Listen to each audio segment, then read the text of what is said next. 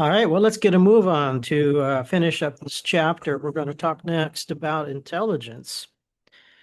Now, we've previewed a little bit of this before, not just with the first half of this chapter talking about knowledge and what it is, and asking the question of does being intelligent mean you just have a lot of knowledge, right? Which I think we've kind of come to some understanding that it's maybe quite a bit more than that. And in reality, what we want to think back to here is what was going on in the previous two chapters, right? The reasoning, judgment, decision making, problem solving, because I think we're going to see that a lot of that is also relevant to any attempt that we're going to try to make here to understand intelligence. But when it comes to asking that question, what is intelligence? You can see that even on this slide, it's a challenging question, and the reality is we don't really have a single answer to it, right? So in the context of the first part of this chapter talking about knowledge, is it really about how much knowledge you have? Probably not, but a related question, but is importantly different. Is it related to your ability to learn and acquire that knowledge? And what I'm getting at here is we need to be careful to distinguish intelligence from education. We probably will assume that, and I think it's fair, right, and accurate, that we can suggest that intelligence can be predictive of educational success and academic success. But what we also want to work with here is the idea that being educated is not what makes someone intelligent, right? You could have potentially somebody who is as intelligent as Einstein, but is off somewhere in some remote area who has never set foot in any type of school, but they still have that raw kind of intelligence. And so any attempt of understanding intelligence would need to be able to understand what that looks like both in an educated person and in someone who has never even been within 5 miles of a school, right? So the capacity, at least, to learn and acquire that knowledge, if they had that opportunity, could be one way to think about it. Or maybe it has something to do with how we organize knowledge. And one way to think about this is that it's not really about learning in school, but it's about the fact that whatever the context of our lives might be, we're going to have a lot of knowledge. We're going to have an understanding of the concepts and categories of the world around us. And so that we could talk about how well we even understand our own knowledge. This is be like meta knowledge or metacognition a little bit. Maybe it's the ability to even notice the subtle patterns and distinctions. We spent some time talking about that question of what makes a dog and all that sort of stuff. And our conclusion is that we don't necessarily have a good explanation of that, but maybe somebody who was a genius might be able to point to some more complex pattern of features across the dogs that I failed to notice and failed to identify even talking about that, right? But again, I can refer back to our previous chapters about decision making and judgments. We saw that humans are quite prone to a lot of biases, and we don't make use of statistical base rate information in an optimal fashion. So we could ask questions like, does an intelligent person do better in that regard, right?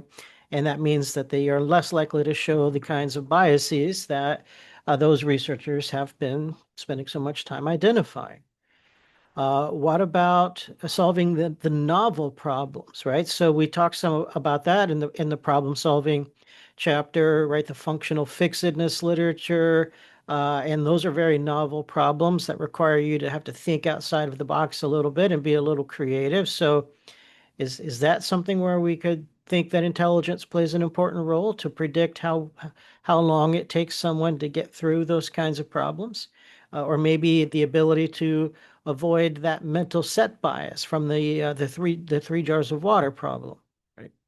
We also talked about reasoning fallacies, and so maybe intelligence is something to do with being able to avoid fallacies and always being able to recognize, say, deductive validity and to separate the believability of a conclusion from the validity of the argument.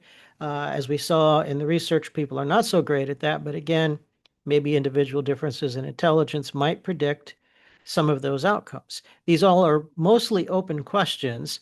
The answer to each one of them is a little bit of maybe yes, a little bit, but not no one of these single things is going to really tell the whole story about intelligence. So that means we need to dive into this a little bit here. So what do we know about intelligence? Well, the first thing we want to understand is if we're struggling to define what it is, what we're really struggling to do here is we're struggling to define what we call in psychology a construct, right? So a construct is a theoretical idea that we think people have as a psychological thing inside of them, right? So when we talk about or let's say memory, right? When we talk about memory, we talk about things like sensory memory and short-term memory and long-term memory. Now, you should well know that experimental psychologists are not mind readers, right? We cannot look into someone's mind and actually see their short-term memory, working memory, or long-term memory happening. What we have to do is we have to come up with ways of measuring that. And those measurements in a laboratory setting serve as operational definitions of the underlying construct. So if I give someone a list of words to remember and they report that back to me, then variations in their performance, I treat as variations in their short-term memory, perhaps, right? So in this kind of framework here, what we're doing is we're saying that I believe that people contain inside of them a kind of system called short-term memory, and I'm going to develop certain kinds of tests that are designed to help me study the properties of that system and the way its capacity and the way it changes as a result of various constraints. Well, the same is true for intelligence and personality and emotion and all these other things, right? We cannot observe them in any direct way, but we develop various measurement tools that are designed to serve as operational definitions. So, of course, when we have intelligence as a construct, we develop a test that we call the IQ test that serves as the operational definition. And one of the things that we notice, both at the level of the construct and of the IQ test as the variable, is that people might be different, right? So individual differences at the level of the construct means that I am making this claim that some people have more intelligence versus less intelligence, right? And I think this probably accounts for individual differences in the outcomes of all of the types of studies that I talked about on the previous slide, right? When we look at that research on judgment and reasoning and decision making, and we see that there are these general trends that people commit various biases and they're slow in the functional fixedness literature, that doesn't mean that every participant in one of those studies performs exactly like every other participant, right? Some people are faster, some are slower. Some people show more of a tendency towards the various base rate fallacies, and others do not. So maybe, and of course, some people just know more things than others or learn faster than others.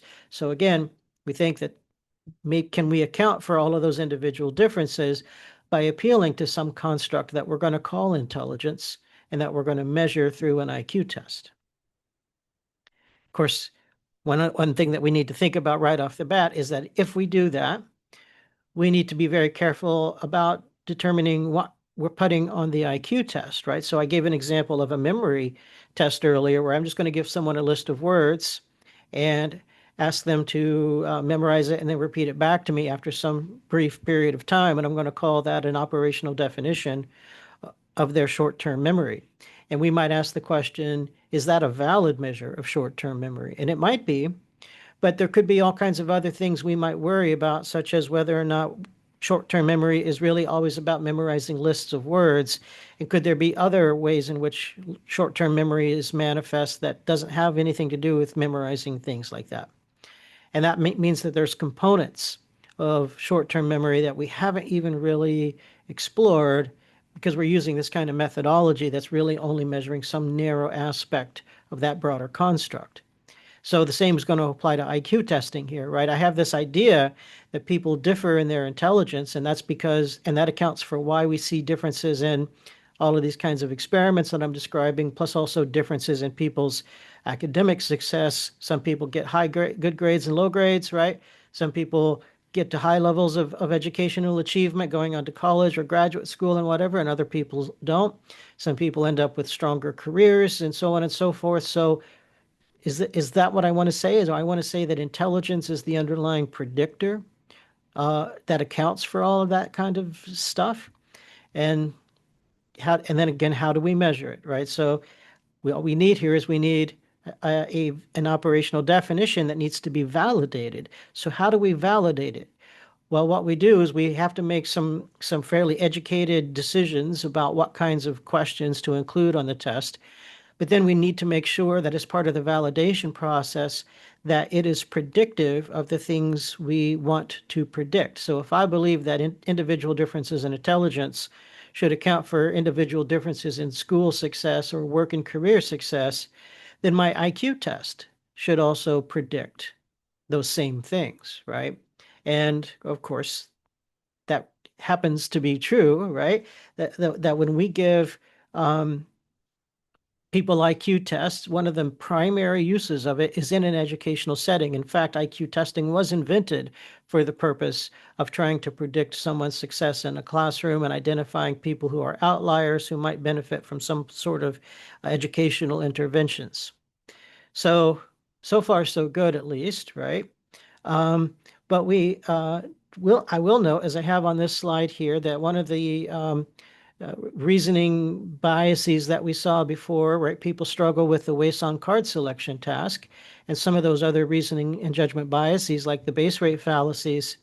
Well, it turns out IQ scores, again, will only weakly correlate to performance on those tests. So what does that mean? It means that there is a slight positive correlation so that people who are higher in IQ maybe are less prone, but only to a very small effect, right? And so that means, again, that there's other variables at play here besides just someone's intelligence in predicting the outcomes on these tasks. But of course, we might expect that too, right? Because as we know, psychology is a complex endeavor, and that human performance in any particular domain, but especially when it comes to these higher level cognitive challenges like solving problems, is not a function of one single system in the brain, right? It's a function of a lot of different things all working together. Another side note here that I have is that sometimes we observe that higher IQ people are more likely, rather than less likely, to show confirmation bias. And this could possibly be explained by the fact that for people with a higher IQ, they might be more confident in their knowledge. And because of that higher level of confidence, that causes them to trust their own beliefs a little bit more and ignore disconfirmatory evidence because they are so confident in their own thought process here. The other thing I want to say on this before moving on here is, what are those other factors, right? So if there's all kinds of other factors besides intelligence that can be predictive of not just performance on these cognitive tasks, these judgment and decision-making tasks, but all of that other real-world stuff, academic achievement, career achievement, and so on and so forth. IQ predicts that stuff, yes, but does motivation predict that stuff, right? It's very common to hear people talk about that, maybe success in school is really not so much about how smart you are, but how hard you're willing to work, how much you persevere, and how much effort you put in. Now, there's some controversy over this, but nevertheless, it stands to reason that high levels of motivation, perseverance, what some researchers in some current studies call grit, right? This tendency to persevere in the face of adversity, that could be, in fact, quite predictive of success here. What about other personality traits? So we're not really needing to get into the depth of personality theory in this class, but certain traits like conscientiousness might result in a person being a little bit more predictable in how much time they spend studying and working and doing the things they need to do in order to be successful. And so in that case, their conscientiousness could be a predictor of success. Openness to experience as a personality trait has been shown to correlate with IQ. So what's the connection there? That's kind of a curious one as well. We also might need to look at social skills, right? Because one of the things we see is that especially in a work environment, people's success is oftentimes a function of how well they get along with their coworkers, how well they get along with their managers and supervisors, how well they communicate with other people. This relates to things that we might label emotional intelligence, which we do have a note on that a little later in the slides. We also see that in school, though, right? That students who establish stronger and more meaningful relationships with their teachers and professors also end up having better outcomes. Now, this could be a chicken and the egg kind of a situation here, right? Is it that person's social skills that causes these greater relationships, which in turn causes better academic outcomes? Or is it because of their success in the classroom that then fosters the the emergence of the social connection there? Again, hard to say, but there's something going on there. We also see socioeconomic status correlating with these outcomes, so that suggests broader cultural factors at play. And of course, culture itself is an important part of this, right? What do I mean? For example, when it comes to going to college, there's a big difference between people who are sort of first generation students, right? So they're coming from a background where no one else in their family has ever gone to college before. And one of a particular challenge that such a person faces, I was one, so I know this, that you have no idea what to expect, right? You're really just coming in blind, right? Not knowing what's going on. And in my own example, I struggled in my freshman year because I was really sort of, out of my depth a little bit there. Compare that to someone who's both of their parents went to college and maybe even beyond and had advanced degrees beyond that.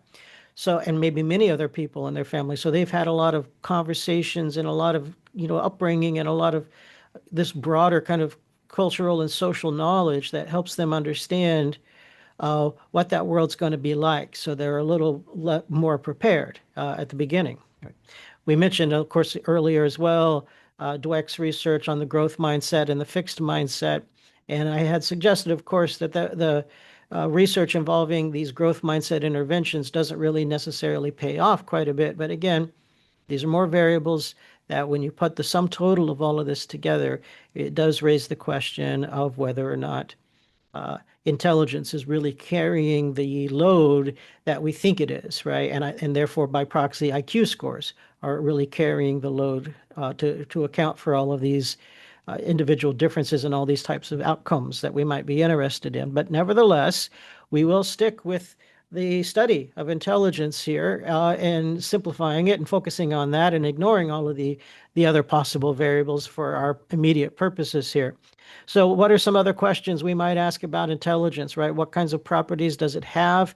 So first question is it fixed or malleable? Meaning once you have a certain amount of intelligence, does it mean that that's just it, right? And so you can't improve your intelligence? Or is it something that maybe through some sort of practice or exercise or some kind of experiential process, you could change it, increase it, or maybe even do something unpleasant that might decrease it a little bit? This partly aligns to the nature nurture debate, right? And that's a bit old hat, and I don't think we need to get down into that rabbit hole. But part of the nature side of the debate is that intelligence is genetically predetermined. And since your genes are what they are, and you can't change those, that would then make the claim that would be associated with the sort of claim of a fixed kind of intelligence if it is strongly genetically determined. That's an old idea that goes all the way back to the late 1800s, where we get Francis Galton, who was trying to prove exactly that. He believed that it was strictly hereditary, and he tried to prove that by pioneering a lot of the early intelligence research to see how intelligence would correlate within families and how it predicted a lot of kind of successful outcomes within those same families. He also pioneered correlation research, by the way. If you're familiar with Carl Pearson, the guy who we mentioned in stats class with the Pearson correlation coefficient, well, he was working under Galton here, looking at the correlations between a lot of these different kind of familial and hereditary factors, compared that with their performance on intelligence kinds of tests, not really IQ tests. This kind of predates that a little bit, but still, and what Galton's work did is it led to this idea that um, these individual differences in success, like how much money you make and how much career success and how prominent you are in your field and whatever it is you do, is really just a biological imperative. It's a function of your inherited intelligence, leads to a pretty unpleasant outcome, as it turns out, right? So in the mid 20th century, the term social Darwinism began to be used to describe this kind of thinking that suggests that the concept, the Darwinist idea of survival of the fittest doesn't just apply to the effect of natural selection on the physical morphology of an animal's body, but it also applies to the kind of competition in the marketplace of the social world, right? People competing against each other to be the best at whatever field they might be. And only those who are more genetically fit to succeed in, say, the business world would be the ones who rise to the top. And so suggesting that whoever is at the top of that particular hierarchy are the ones who deserve to be there because they were born into that setting or into that position, right? Um, that means that for the people who are not so successful, they should be thought of as maybe not, they should not necessarily try to aspire to climb higher because genetically they are where they should be, right? Related to that then is this extension of that work into kind of social theory a little bit, which is also problematic. This is where we get eugenics, right? Which are like breeding programs and sterilization programs designed to improve the overall intelligence of a population by encouraging intelligent people to have babies with other intelligent people and discouraging them from having babies with unintelligent people, right? So we want to kind of shape and manipulate the genetics of a population to make it more intelligent, which is then thought to pay off in terms of making a better overall society. That clearly led to some pretty bad outcomes, and I think we kind of have the idea of where that might go. So again, kind of setting that aside, what we find here is that, well, certainly there are some genetic markers associated with intelligent. What we find is that when we calculate something called a heritability coefficient, it's not super high, right? So a heritability coefficient that's a high number would refer to a trait that is strongly genetic, but they're not that high for intelligence, right? And certainly we haven't ever found any specific gene that says this is the high IQ gene or anything like that. So the genetic side of things is pretty weak so far. Another question we can ask about intelligence is the general versus specific debate. A lot of what I've described so far is kind of talking about a general form of intelligence, right? That if you just have a lot of intelligence, that means that you can learn lots of things and you can acquire and organize knowledge about all these different things and you can solve lots of problems and do all these kinds of things. So that means your intelligence is broad, right? It applies in all of the different ways in which you might have to understand and know and solve problems.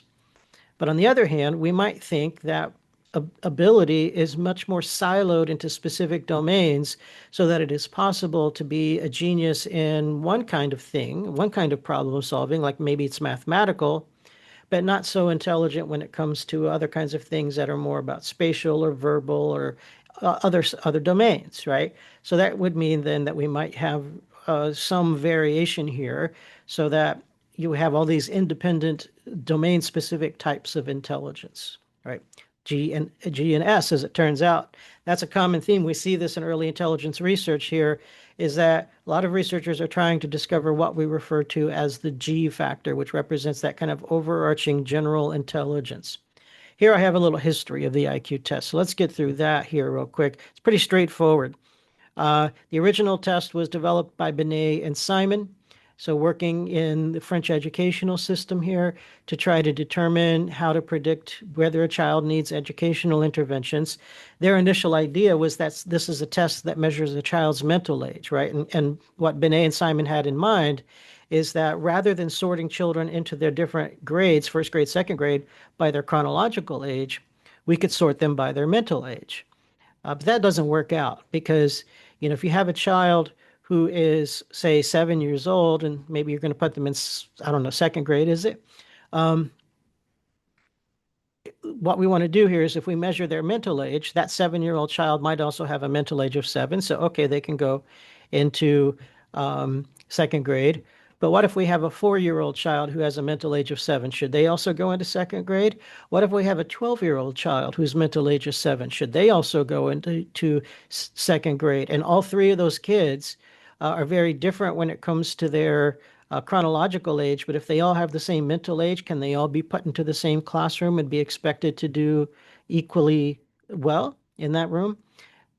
Most likely not, right? And that's where Stern came in just a short time later, who realized that, oh, hey, one way to solve this problem is to simply take the ratio of their mental age divided by the chronological age, MA over CA. And that's where we get the term quotient here, right? So the IQ, the Q stands for quotient because we are dividing, right? We are just taking mental age divided by chronological age, and we can get a ratio. So our 7-year-old whose mental age is 7 has a ratio of 1, and we can multiply that by 100 as Terman proposed. That gives us a nice, easy to work with number scale. And so they would have an IQ of 100, and someone, say the 4-year-old who has a mental age of 7, their ratio is 7 over 4, so they have an IQ that is well over 100. And the 12-year-old who has a mental age of 7 has a ratio of 7 over 12. And in this case, their IQ is very much below 100, right? So by sorting kids by their IQ scores becomes a bit more promising, because now what we can do is that given a particular chronological age, again, we can sort kids by chronological age, but we will reserve the standard class for kids within some what we might consider a normal range of IQ. And then for the outliers, so some number of standard deviations above or below that average, we would then use that as a marker for some kind of educational intervention. This starts to become more advanced when we get to the Wechsler studies, right? So Terman, as noted there, translates the Binet-Simon scale into English. Terman was at Stanford University, so that's when it becomes the Stanford Binet test. But a couple of decades later, we get the Wechsler scales.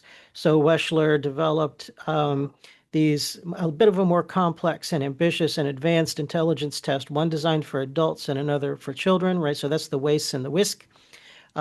It's dividing intelligence into these 4 domains, so we can look at these subscales, and that can be helpful to seeing how intelligence differs across these different kinds of domains of verbal comprehension and perceptual pattern recognition, processing speed, and working memory capacity. And that's a curious one. We want to think about that. We'll talk about it in a minute. And another thing that Wechsler noted here is that when we measure intelligence in adults, that MA over CA ratio starts to lose all meaning, right? So what does it mean to be a 30-year-old with a mental age of 30, right? If your IQ is 100, kind of doesn't make sense. And so what would that mean if you had a high IQ, that if you were 30, but you had the mental age of a 50-year-old, again, what does that mean, right? So rather than trying to calculate these quotients, especially for adults, Wechsler is now relying on the normal distribution. So we create the normal distribution here, and we determine what we're doing is we're going to compare your score to your percentile ranking within the normal distribution. We can give you a z-score, right? A z-score tells us how many standard deviations away from the mean you are. And the mean is determined by your age. So if we administer this test to a whole bunch of 30-year-olds, and you're also happening to be a 30-year-old, then your performance is compared to the average of all of the other 30-year-olds who have taken the test. And if your score is equal to the average, your z-score is 0. Now we've determined the average is 100, so your z-score would also be 100, and that would or 0, so your IQ would be 100, right? Because 100 minus 0 is 100. So in that case, that's how we would determine your IQ score. But if you happen to have an IQ score that is 1 standard deviation higher than the average, well, we need to know what the scale of the standard deviation is, and what Wechsler and others have found is that it's 15 points. So if you have a z-score of +1, your IQ score would be 115. If your z-score is a -1, 85, right? And if your z-score is 2 plus +2, Now you're 2 standard deviations above the mean, and now you have an IQ of 130. That's the traditional cutoff, by the way, for kids who would look for that kind of gifted education kind of intervention. And likewise, if we go 2 standard deviations below and identify the 70 IQ cutoff, that's the lower end cutoff for kids who need some other educational intervention as well. Now, that's the old-fashioned way of doing it, by the way, right? Looking for these IQ cutoffs, plus or minus 2 standard deviations. Modern work in educational settings requires a whole lot of extra kinds of testing to look for other factors besides IQ, but it certainly is an important starting point when I'm trying to identify whether kids need, here in Florida, it's called ESE, right? Exceptional Student Education. Now, I mentioned the G factor, right? So this comes back from these early 20th century studies. This comes from Spearman, right? So I mentioned Pearson earlier, who gave us the correlation coefficient. Spearman also worked in correlational research and gave us a variation of that called the Spearman rank order correlation coefficient. But he also pioneered factor analysis, and this turns out to be pretty useful here as well. So what's factor analysis? So what happens here is, well, I think the easiest way to explain factor analysis is to change the topic for a second. Let's say I'm giving a personality test. And what happens is that maybe I have what's called a personality inventory that has 100 questions on it. So I'm going to give this inventory to a large group of people. And they answer all of these 100 questions that ask them things that could be like things, do you think this trait applies to you on a scale of 1 to 7, right? Those are the Likert type scales. So they can answer all of these questions. And so now I have the answers to 100 questions for all of these research subjects. And I could ask the question here, I have 100 questions on my personality test. Does that mean that I have measured 100 different personality traits? And the answer is probably no, right? And that's because some of the questions might be similar to other questions so that they're really measuring the same underlying personality trait. So by doing factor analysis, what we're doing is we're looking at the correlations between items on this test. So if I determine that out of these 100 questions, someone answers to question number 1, question number 15, question number 32, question number 64, and question number 88, all tend to correlate with each other. And what that means is that people who answer high on those all answer high on all of them, or if they answer low on one, answers low on all of them. Then I'm noticing that these questions all tend to be linked in this way, right? And what we say is that they're loading onto the same factor, or same underlying factor. So then we want to give that factor a name by trying to understand what is it that those 5 or however many questions that was have in common with each other. So Spearman is doing this with intelligence testing, and he wants to find here what are the underlying patterns of performance on all of the different kinds of questions we give on these IQ tests, and what kinds of factors do they load on. And Spearman discovered that there tends to be this G factor that he notes that despite individual differences in how people might score on certain kinds of domain-specific questions, there tends to be an overall tendency to either just do well broadly on the test or medium or low. And that overall tendency is his G factor. And that is separate from the S factors, which are the subtest where you can be high in one, a little bit higher in one domain and lower in another domain. So that would suggest that when it comes back to that question of is intelligence general or specific, well, it's kind of both, right? But again, a lot of intelligence research likes to really focus on the concept of G. We want to understand what G is a little bit. Okay.